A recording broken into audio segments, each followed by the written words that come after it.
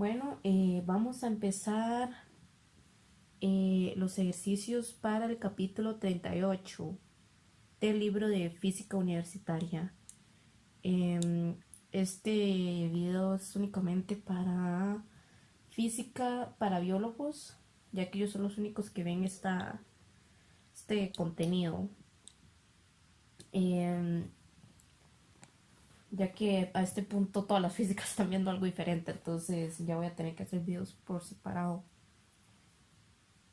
Por dicha, este capítulo es bastante fácil, entonces no hay nada de qué preocuparse.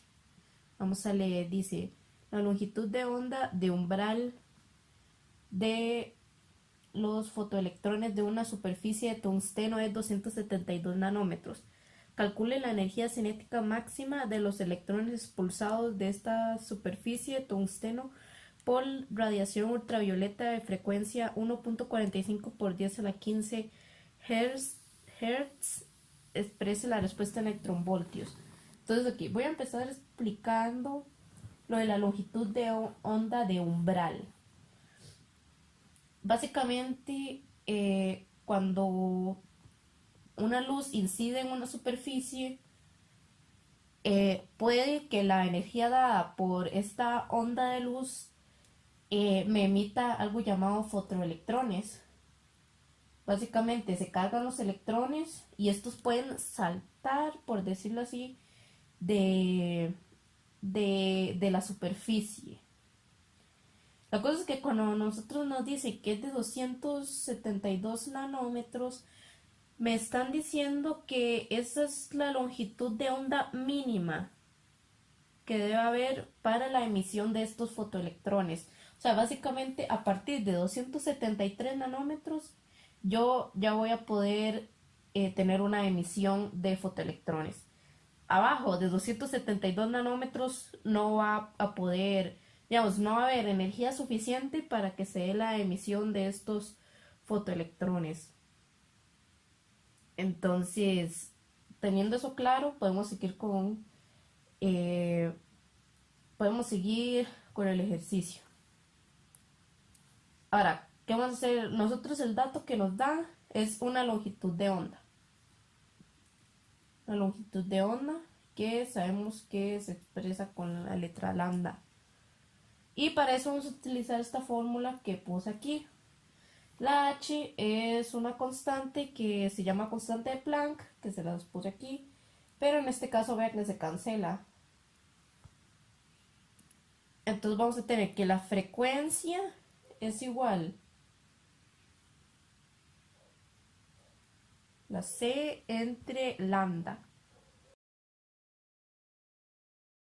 Ok, y esta c es la velocidad de la luz en el vacío, que es una constante que olvidé poner aquí, pero es 3 por 10 a la 8 metros entre segundo.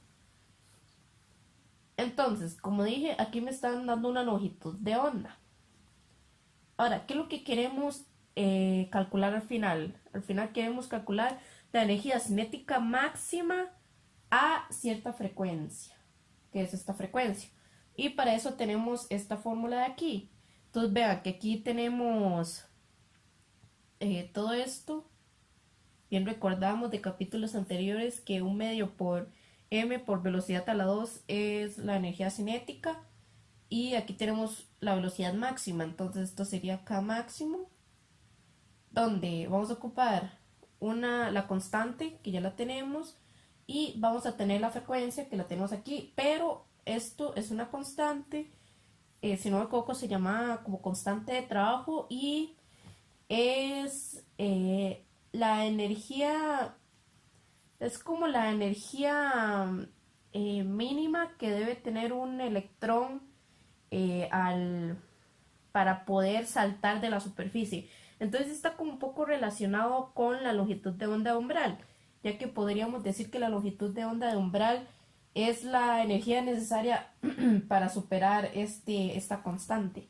Pero la cosa es que ocupamos esta constante. Esta constante depende del material con la que esté hecha la superficie. Algunos de estos materiales ya tienen las constantes en una tabla que la pueden buscar en el libro, pero bueno, en este caso no es el caso. Entonces, nosotros queremos calcular esa constante para poder utilizar esta fórmula y calcular la energía cinética máxima.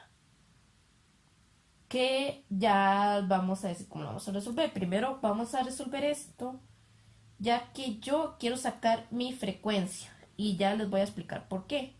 Voy a tener que mi frecuencia es igual a la velocidad de la luz en el vacío entre... ok, y yo voy a sacar mi frecuencia de umbral, que en el libro o en inglés lo representa poniendo una TH.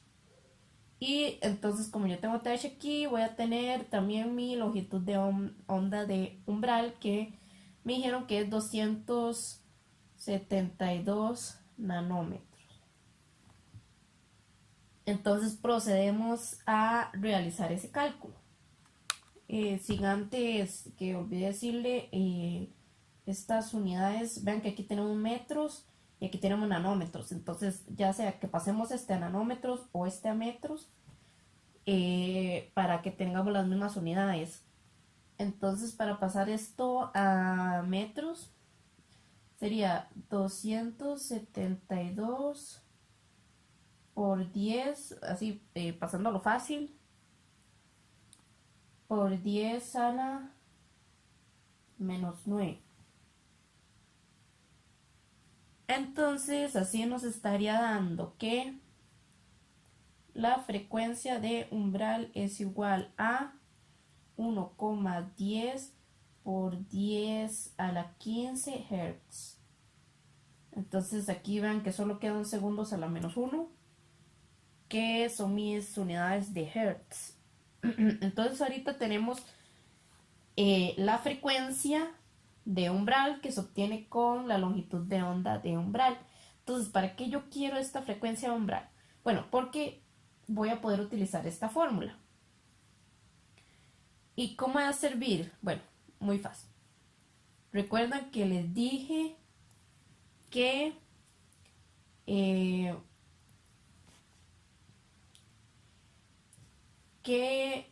cuando la longitud o la frecuencia de umbral es la frecuencia mínima necesaria para la emisión de los fotoelectrones. Bueno, la cosa es que en mi frecuencia de umbral en sí no voy a tener aún emisión de electrones, sino que tengo que superarlo. O sea, es a partir de ella que yo voy a tener frecuencia, voy a tener la emisión de fotoelectrones.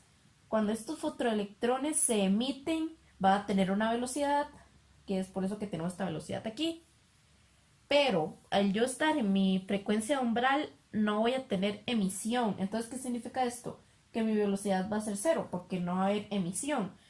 Y entonces, todo esto se hace cero y vamos a tener que cero es igual a la constante por la frecuencia menos la constante. ¿Y esto qué me va a permitir? Me va a permitir calcular esta constante, ya que yo voy a hacer el siguiente despegue. Voy a decir que la constante de superficie es igual a la constante de Planck por la frecuencia. La constante de trabajo de superficie creo que era, no me acuerdo el nombre ahorita. Entonces vamos a calcular esto. Vamos a tener que la constante es igual a la constante de Planck, que vean que aquí nos dan 1 en joules entre segundo, joules por segundo y electronvoltios por segundo. Pero nosotros nos estaban diciendo que pusiéramos el resultado en electronvolts. Entonces vamos a utilizar esta unidad, que sería 4,136 por 10 a la menos 15. 4,136 por 10 a la menos 15 electronvoltios por segundo por mi frecuencia, que recuerde que era mi frecuencia de umbral de la que estamos hablando. No podemos usar otra porque a nosotros hacer este cancelamiento ya estamos diciendo que estamos hablando de cuando estamos con la frecuencia de umbral, que habíamos calculado que era 1,10 por 10 a la 15 Hz. Recuerden que habíamos dicho que este era S a la menos 1, entonces al final nos van a quedar electronvoltios. Entonces realizamos el cálculo para la constante, la cual nos da 4.55 electronvoltios. Entonces, esta constante de aquí es única para esta superficie que era de tungsteno, si no me equivoco, sí. O sea, no es que esta constante va a ser igual para todas las superficies, no, va a ser diferente. Para este caso específico va a ser 4.55 electronvoltios. Ahora, como digo, esto es una constante, entonces, aunque yo cambie de longitud de onda y de frecuencia, va a seguir siendo la misma constante. Nosotros lo que hicimos fue buscar una forma de calcularlo, que fue con la frecuencia de umbral, ya que esto es cero, y entonces pudimos hacer un despeje. Ahora, ya una vez que tenemos esta constante, podemos volver a utilizar esta fórmula, pero ahora vamos a decir que la energía cinética máxima, que yo les había dicho que esto de aquí era la energía cinética máxima, va a ser igual a la constante por la frecuencia menos la constante.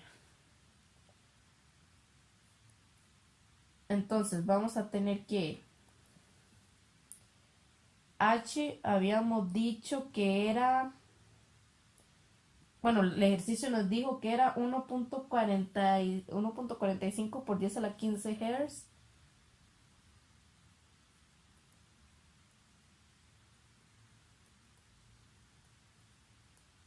Y tenemos también la constante que la vamos a utilizar en electronvoltios porque es la constante de la superficie la tengo también en electronvoltios. Entonces otra vez que era 4.136 por 10 a la 15, que era electronvoltios por segundo, menos la constante que acabamos de calcular, que es 4.55 electronvoltios. Entonces, ya aquí estoy calculando la energía cinética máxima para esta frecuencia que es la que me da el ejercicio. Entonces, procedemos a hacer ese cálculo.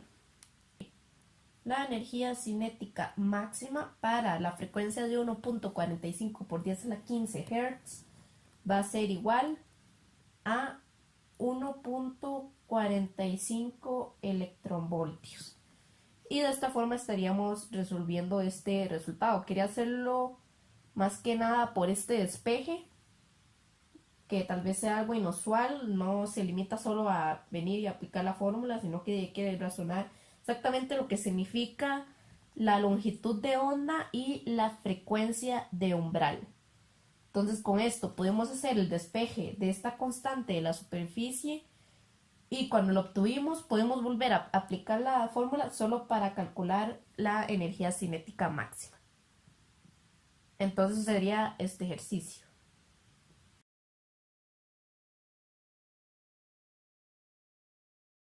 Ok, continuando con los ejercicios del capítulo 38, tenemos este ejercicio que se trata de la dualidad de onda-partícula. Este ejercicio principalmente es sobre la incertidumbre de la posición de un haz de luz cuando se hace pasar por una rendija. Pero ya vamos a irlo explicando. Primero vamos a leer el ejercicio. Dice: un haz horizontal de luz láser de longitud de onda de 585 nanómetros pasa a través de una rendija estrecha que tiene un ancho de 0.0620 milímetros. La intensidad de la luz se mide en una pantalla vertical que está a 2 metros de la rendija. Entonces nos hacen la primera pregunta, que dice: ¿cuál es la incertidumbre mínima de la componente vertical de momento lineal de cada fotón en el haz después de que el fotón pasa a través de la rendija? Bueno, yo no sé ustedes, pero yo al menos leo eso y me quedo totalmente perdida, más porque yo nunca había visto este tema. Pero vamos a ir resolviéndolo paso a paso. Primero que todo, les puse esta imagen aquí para que se entendiera un poco mejor de qué está hablando este ejercicio. Básicamente este es mi haz. Este es mi haz de luz láser o de fotones que va a pasar por esta rendija que a mí la A me la dan y es este número de aquí, 0.0620 milímetros. Entonces, como ven, cuando pasa estas por esta rendija, se esperaría que la luz se refleje aquí, pero eso no es lo que pasa, ya que va a haber una incertidumbre que es lo que se estudia en este capítulo y hay muchas fórmulas para calcularlo. Básicamente, esta montañita de aquí se llama el máximo central y es la posición en la que va a caer, por decirlo así, más o menos un 85% de los protones. O sea, no todos los protones van a caer ahí. O sea, se espera que un 80%, 85% sí, pero como ven aquí hay otras montañitas más pequeñitas, que esos son lugares donde también van a caer ciertos porcentajes de protones. Entonces, cuando hacen el experimento, y esta es la pantalla de la que hablan, ¿verdad? Porque aquí dice que una pantalla vertical a 2 metros. Bueno, esta es la pantalla en donde se ve básicamente dónde es que están cayendo los protones. Entonces, cuando hacen el ejercicio, se ven unas banditas así, unas banditas y luego otras así más pequeñitas y también a este lado. La cosa es que no se puede saber con certeza dónde es que van a caer estos protones que pasan por esta rendija. Entonces, por eso es que estamos hablando de la incertidumbre. Y de eso se trata este problema. Como pueden ver, se utilizan como mil fórmulas, pero ahí vamos paso a paso. Entonces, la primera pregunta me dice, ¿cuál es la incertidumbre mínima en la componente vertical del momento lineal? Ok. Eh, para esto ocupamos una fórmula que es esta que puse aquí. Esto va a ser la incertidumbre de la coordenada, o sea, se va a dar como en milímetros, pero esta es la incertidumbre del momento lineal. Entonces, cuando nosotros vemos aquí esta imagen, vemos que tenemos un PX y un PY, perdón por la calidad ahí. Estos PX y PY son la incertidumbre del momento lineal. Y eso se puede calcular con estas fórmulas. Y a nosotros nos están pidiendo la incertidumbre del momento lineal vertical. Ahora, vertical para nosotros va a ser esto, hacia arriba. Esto va a ser vertical. Entonces, se nos están pidiendo la incertidumbre del momento lineal vertical. Entonces, vamos a utilizar esta incertidumbre que va a ser PY. Entonces, bueno, esa parte es fácil ya que simplemente es aplicar esta fórmula que les puse aquí. Ahora, aquí me ponen en X. Me ponen que delta X por delta PX es mayor, no, sí, mayor o igual a H barra, que es esto. Ya vamos a decir que esa constante dividido entre 2. Entonces, yo puedo poner esa fórmula en otra forma. Así como yo la puedo poner en X, yo también la puedo poner en Y. Delta Y por la incertidumbre del momento lineal en Y menor o igual a delta a la H barra, que es una constante, entre 2. Ahora, vean que a mí me están diciendo el mínimo. Aquí me dicen mínima. Entonces, nosotros para calcular el mínimo vamos a hacer esto. Vamos a poner el delta Y por delta momento lineal en Y es igual a H barra entre 2. Ahora, ¿cómo calculamos eso? ¿De dónde saco yo el delta Y? Bueno, de nuevo, como me están diciendo el mínimo, mi delta Y mínimo va a ser este ancho, esta rendija. ya que, bueno, no sabemos por qué, en qué coordenada exactamente esa rendija va a pasar el fotón, pero esa va a ser mi incertidumbre mínimo, ya que vean que aquí, o sea, es una distancia más grande de lo que es la rendija. Lo que les quiero decir es que el mínimo, la incertidumbre mínima, la coordenada en Y, va a ser el ancho de la rendija, que nos dijeron que era 0.0620 milímetros. Entonces, vamos a poner ese dato, 0.0620, sí, 620 milímetros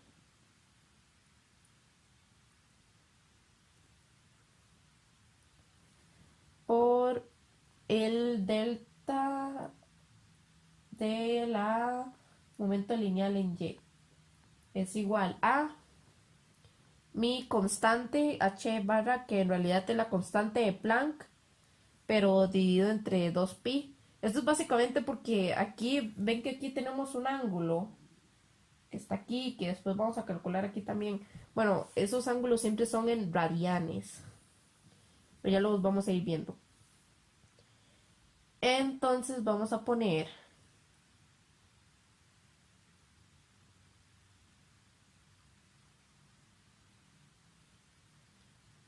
esto obviamente no se les olvide. eh, no puede quedar en milímetros, 0.0620 por 10 a la menos 3 metros. Y la constante era 1.05, vamos a ir a hacer un redondeo, por 10 a la menos 34 joules por segundo. Estas son las unidades que vamos a utilizar en esta fórmula, y de esta forma vamos a poder calcular el delta del momento, la incertidumbre del momento lineal vertical, en este caso que sería Y. Entonces simplemente es hacer el despeje, sin olvidarnos también que aquí hay 6 entre 2. Entonces nos va a dar, bueno, nos puede variar, depende de cuántos números ponga aquí. Yo le recomendaría que más bien pusiera 1.055, ¿verdad? Para tener un poco más de seguridad.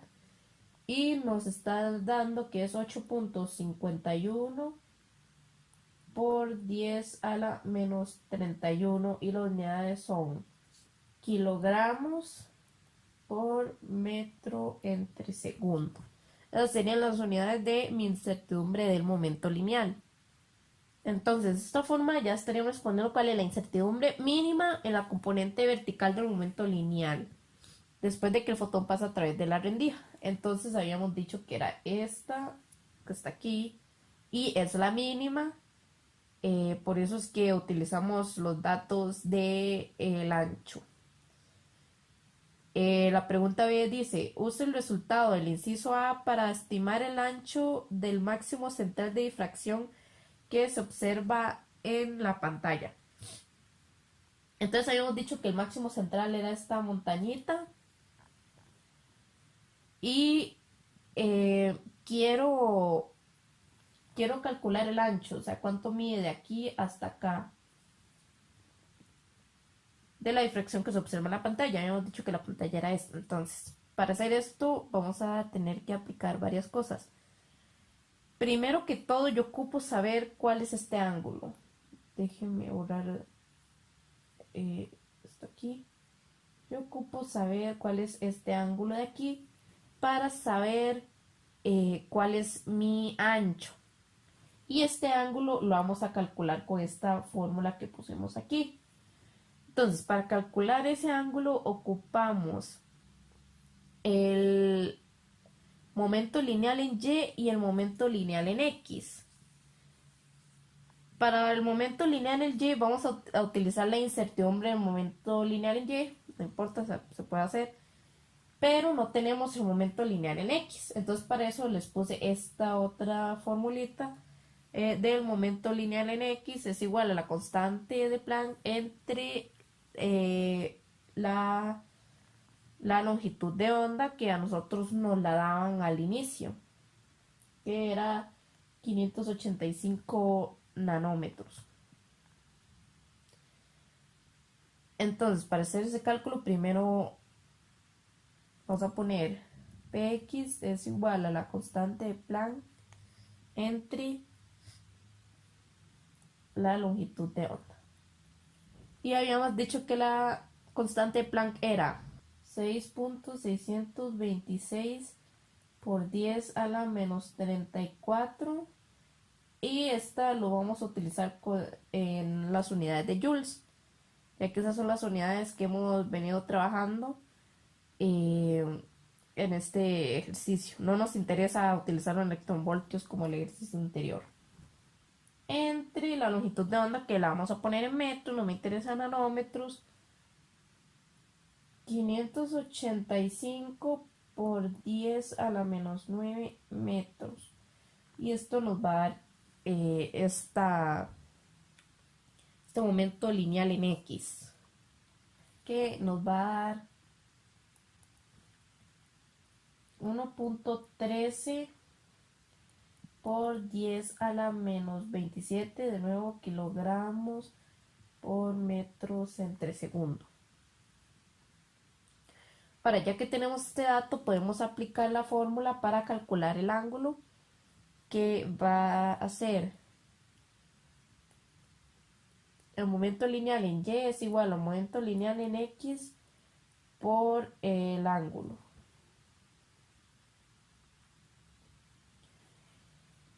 Entonces, habíamos dicho que la incertidumbre del momento lineal en Y, que vamos a tomar como el valor de PY, era 8.51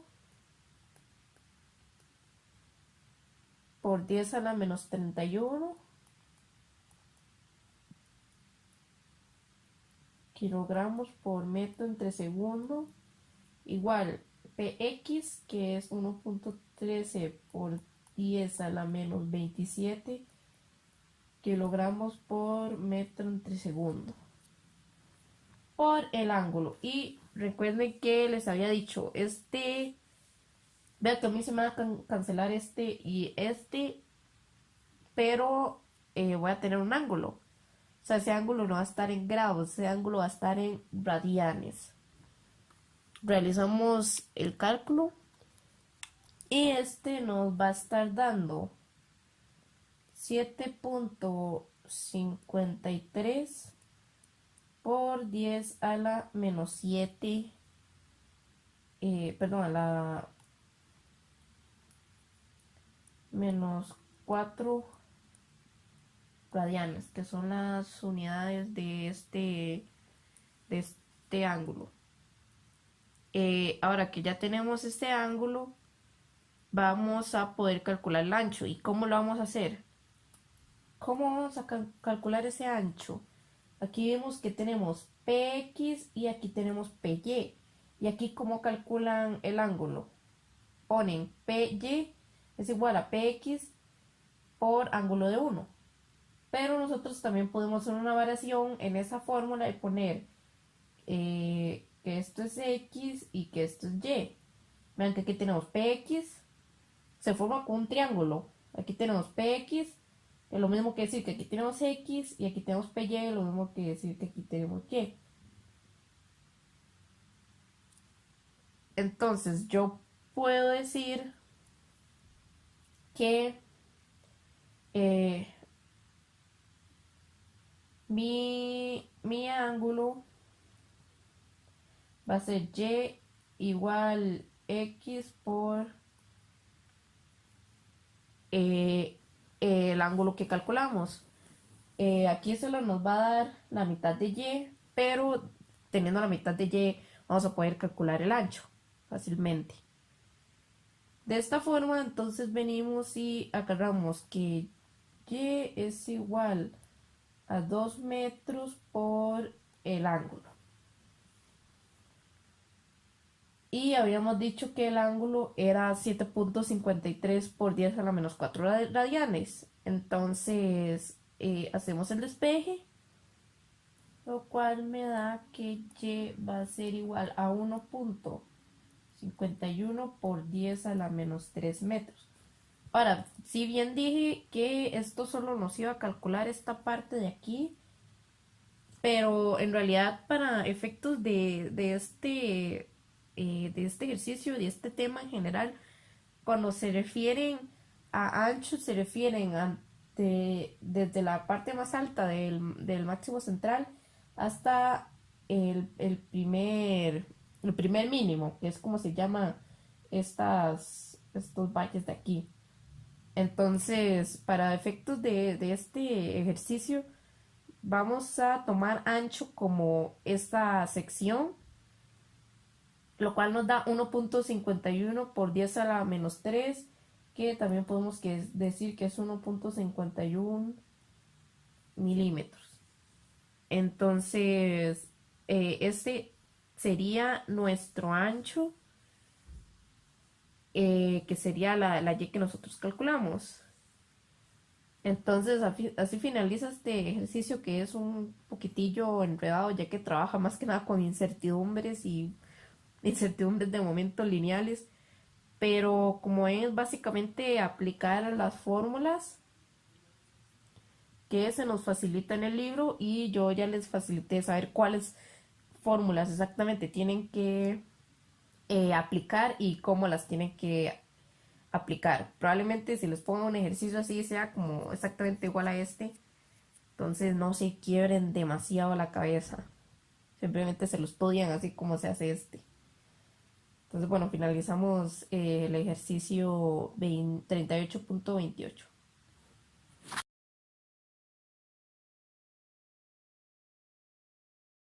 Ok, continuamos con el ejercicio 38.33, que es algo diferente. Como pueden ver, dice PA, que significa que se ocupan conocimientos como previos, por decirlo así, de física, que ya lo vamos a ver. Primero vamos a leer el ejercicio. Dice: un láser de colorante pulsado emite una luz de longitud de onda de 585 milímetros, que ya sabemos que eso va a ser importante, en pulsos de 450 microsegundos. Ya que esta longitud de onda es fuertemente absorbida por la hemoglobina en la sangre, el método es especialmente eficaz para la eliminación de varios tipos de manchas debido a la sangre, como las manchas rojas de nacimiento. Para obtener una estimación razonable de la potencia necesaria para la cirugía láser, se puede considerar que la sangre tiene un calor específico y calor de vaporización iguales a los del agua. Entonces, para calor específico sería 4190 joules por kilogramo por Kelvin. Y el calor de vaporización sería 2.256 por 10 a la 6 joules entre kilogramo. Suponga que cada pulso debe eliminar 2 microgramos de sangre por la evaporación de esta, comenzando a 33 grados Celsius. Entonces 33 grados Celsius sería mi temperatura inicial. La primera pregunta dice: ¿cuánta energía debe entregar cada pulso a la mancha? Entonces, aquí es donde yo les digo que se requiere como conocimientos previos de física. La verdad, no quise ponerme a buscar por todos lados dónde es que venía esa fórmula, pero cuando nosotros veíamos em, como cambios de fase, como cuando el agua pasaba de líquido a vapor, que hacemos cálculos de calor, bueno, básicamente es eso. Ya que si recuerdan, nosotros teníamos Q, que se puede tomar como calor o también como energía, que va a ser igual a la masa de lo que estemos subiendo o bajando de temperatura, por la temperatura final menos la temperatura inicial. O sea, la masa por el cambio en temperatura. Pero esto no va a pasar, ya que recuerden que aquí estamos hablando de evaporación, ahí medio se lee. Entonces, ¿qué va a pasar? Nosotros vamos a tener que sumar otra energía que es la energía para pasar de estado líquido a estado gaseoso.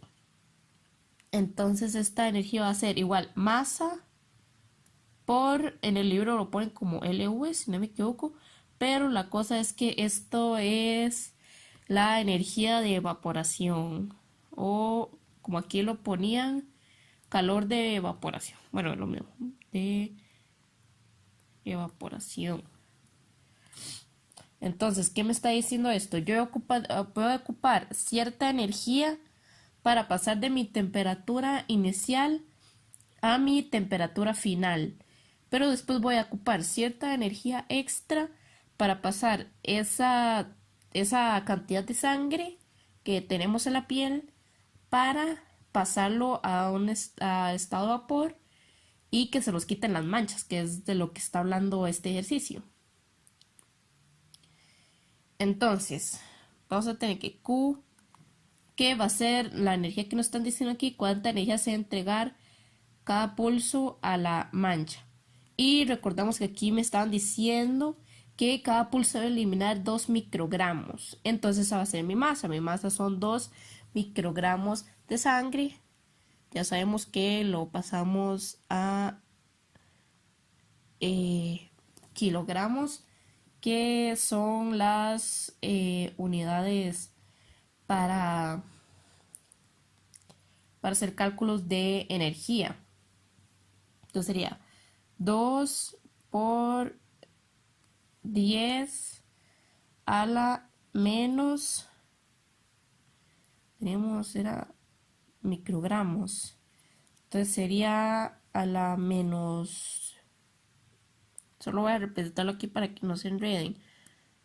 Para pasar de microgramos a gramos es 10 a la menos 6, y para pasar de gramos a kilogramos son 10 a la menos 3. Entonces, para juntarlo todo sería 10 a la menos 9 para saltar de microgramos a kilogramos. Entonces sería, perdón, por 10 a la menos 9. Por 10 a la menos 9 kilogramos por la temperatura final, que vean que aquí me están diciendo que la sangre se va a comportar como el agua. ¿Y cuál es la temperatura de evaporación del agua? Que es súper basiquísimo. Es 100 grados Celsius menos, vean que aquí nos están poniendo todo en Celsius, menos la temperatura inicial, que es 33 grados Celsius. Entonces, de nuevo, esta es la energía para pasar 2 microgramos de sangre de 33 grados Celsius a 100 grados Celsius. Pero es solo para llevarlo a esa temperatura. También debo tener en consideración la necesaria para hacer el cambio de fase, que sería 2 por 10 a la menos 9 kilogramos por la energía de evaporación. Por cierto, aquí se me olvidó, de hecho, me lo salté, me lo comí. El calor específico que va acá. Y el calor específico es el calor necesario para subir, la energía necesaria más bien para subir de temperatura cierta sustancia, que es 4190. Vean que aquí nos ponen kilogramos, joules entre kilogramos por Kelvin. Ahora, no entren en pánico porque aquí les pongan Kelvin y que aquí estemos usando Celsius. ¿Por qué no importa? Porque la diferencia de temperatura en Celsius y en Kelvin va a ser lo mismo. Si ustedes quieren, lo comprueban. Ahora, en Fahrenheit no es lo mismo. Cuidado, cometen ese error. ¿Y por qué es lo mismo? Porque la diferencia entre Celsius Y Kelvin son como 270, si no me equivoco. 270 grados. Pero al momento de sacar una diferencia, digamos que eso no afecta. Entonces ustedes lo pueden comprobar. Ustedes pueden pasar estos Celsius a Kelvin, sacar la diferencia y ver que les va a dar exactamente la misma diferencia en Celsius y en Kelvin. Entonces lo vamos a dejar así, no va a afectar. Más la masa de nuevo, que hemos dicho que era 2 por 10 a la 9, por la energía de evaporación, que era 2.256 por 10 a la 6, 2.256 por 10 a la 6 joules entre kilogramo.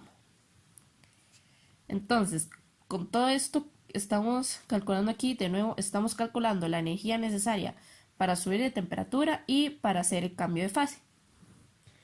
Entonces ya esto es solo realizar el cálculo, lo cual nos va a estar dando que la energía o calor necesario va a ser 5.07 por 10 a la menos 3 joules, que son las unidades que venimos trabajando para la energía. Entonces, de nuevo, está la energía, ya sé que lo he repetido muchas veces, pero es la energía necesaria para evaporar estos 2 microgramos de sangre. Entonces, eso responderá a la pregunta A. Ahora dice, la pregunta B dice, ¿cuál debe ser la potencia de este láser? Ahora, de nuevo, esto viene de conocimientos previos. La potencia era la energía, vamos a poner una E, entre el tiempo. O sea, cuánta energía se realiza, o más bien, cuánto trabajo se realiza en cierto tiempo. En este caso vamos a tomarlo como energía. Entonces,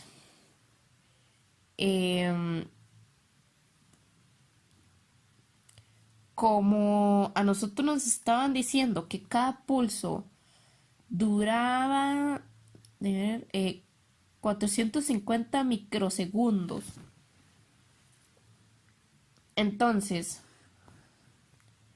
en 450 microsegundos debo haber entregado 5.07 por 10 a la menos 3 joules de energía. Entonces ponemos 5.07 por 10 a la menos 3 joules de energía entregados en, se me olvidó cuánto era, 450 microsegundos, los pasamos a segundos.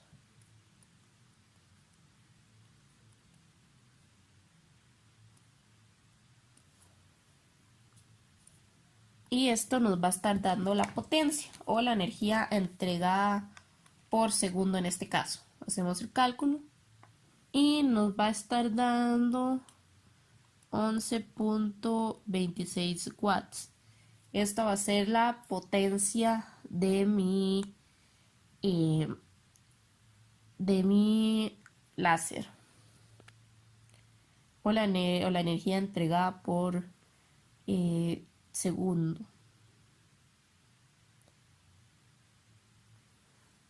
La siguiente pregunta dice, ¿cuántos fotones entrega cada pulso a la mancha? Entonces, por eso aquí les puse esta ecuación que ya es un poco más conocida. Vean que a mí me están dando la longitud de onda. La constante C la sabemos y la constante H la sabemos también. Entonces, E va a ser igual a H por C entre la longitud de onda, ¿sí? Y como dije, ya estas constantes las sabemos, que van a ser la constante de Planck, que va a ser 6.626 por 10 a la menos 32 joules. Nos interesa trabajar en joules ya que venimos trabajando joules.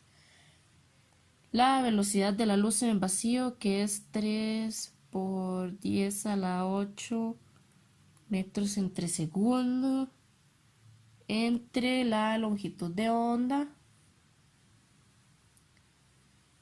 585, ya sabemos que lo pasamos a metros, 585 por 10 a la menos 9 segundos. Y eso nos va a dar, que eran 34. Y nos va a estar dando que la energía de cada fotón va a ser 3.40 por 10 a la menos 19 joules. Lo que nos estaban preguntando era cuántos fotones entregan cada pulso a la mancha. Pero aquí lo que tenemos es cuánta energía tiene cada fotón, no cuántos fotones entrega cada pulso. Entonces, para esto nosotros sabíamos cuánto era la energía que yo ocupaba, que era 5.07 por 10 a la menos 3. Y de esta forma, con esa energía y con la energía de cada fotón, yo puedo calcular cuántos fotones ocupamos. Entonces, yo sé que n, entiéndase n como número de fotones por la energía de cada fotón debe ser igual a la energía que debo entregar, que es 5.07 por 10 a la menos 3 joules. Entonces, de esta forma, yo sé cuánto número de fotones ocupo para poder llegar a esta energía. Y ese número de fotones va a ser 1.49 por 10 a la 16 fotones. Entonces, esto sería este ejercicio. Entonces, vamos desde el inicio. Nosotros calculamos primero la energía necesaria para evaporar 2 microgramos de sangre, que es esta Q que nosotros sacamos aquí. Lo segundo que calculamos fue cuánta energía por segundo o la potencia debía entregar ese láser, que nos dio 11.26 watts.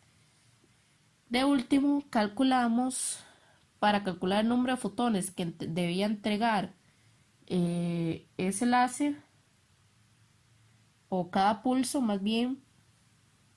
Primero lo que calculamos fue la energía de cada fotón individual, que nos dio 3.40 por 10 a la menos 19 joules. Y sabemos que cada pulso, que duraba 450 nanosegundos, microsegundos, perdón, esa energía, bueno, entonces en este tiempo, que es lo que duraba el pulso, teníamos que entregar esta cantidad de energía.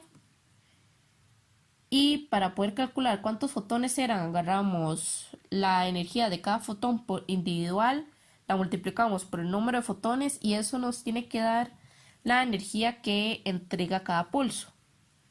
Y de esta forma, al hacer el despeje, sacamos el número de fotones. Ese sería el ejercicio 38.33, que me gustó por el cálculo que hacen con energía y calor. Creo que da tiempo para un ejercicio más, porque la verdad están bastante cortos, ustedes lo ven, la verdad no están complicados.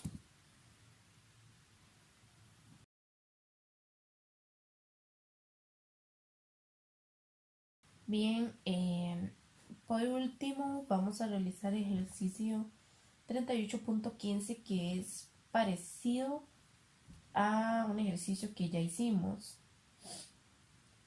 Eh, Dice, unos electrones son acelerados a partir de reposo por una diferencia potencial de 4 kilovoltios y colisionan con un blanco metálico. Si un protón produce un fotón en el impacto, ¿cuál es la longitud de onda mínima de los rayos X resultantes?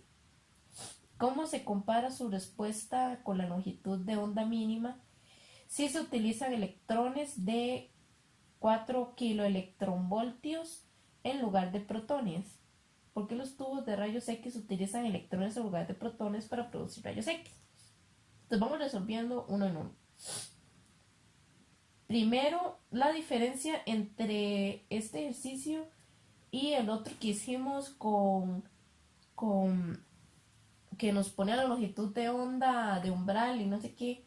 Bueno, la diferencia es que en este caso nosotros vamos a tener que las partículas, los electrones y protones, están acelerados más bien por una diferencia potencial. Entonces, por eso es que nosotros nos ponen esta fórmula que es un poquito diferente. Y vean que aquí tenemos, eh, nos piden primero preguntar la longitud de onda mínima, que es esta que tenemos aquí. Entonces, como pueden ver, se hace fácil el despeje. Vamos a tener la carga de los protones y electrones es la misma, solo que cambian en, en el signo, pero en este caso no va a aplicar. Vamos a tener 1.60 por 10 a la menos 19 coulomb, que es la unidad de la carga de los protones, por mi diferencia potencial, que va a ser 4000 voltios. Lo pasé de kilovoltios a voltios. Esto va a ser igual a H, que es la constante en que hemos venido utilizando, que es 6.63 por 10 a la menos 34. Vamos a ponerlo en unidades de joules por segundo, eh, ya que en realidad aquí no tenemos electronvoltios, entonces no es necesario. Eh, por la velocidad de la luz entre lo que queremos despejar, que es la longitud de onda mínima. Entonces simplemente hacer ese despeje, el cual nos va a dar la longitud de onda, nos va a estar dando 3,11 por 10 a la menos 10 metros. Esto obviamente se puede pasar a nanómetros.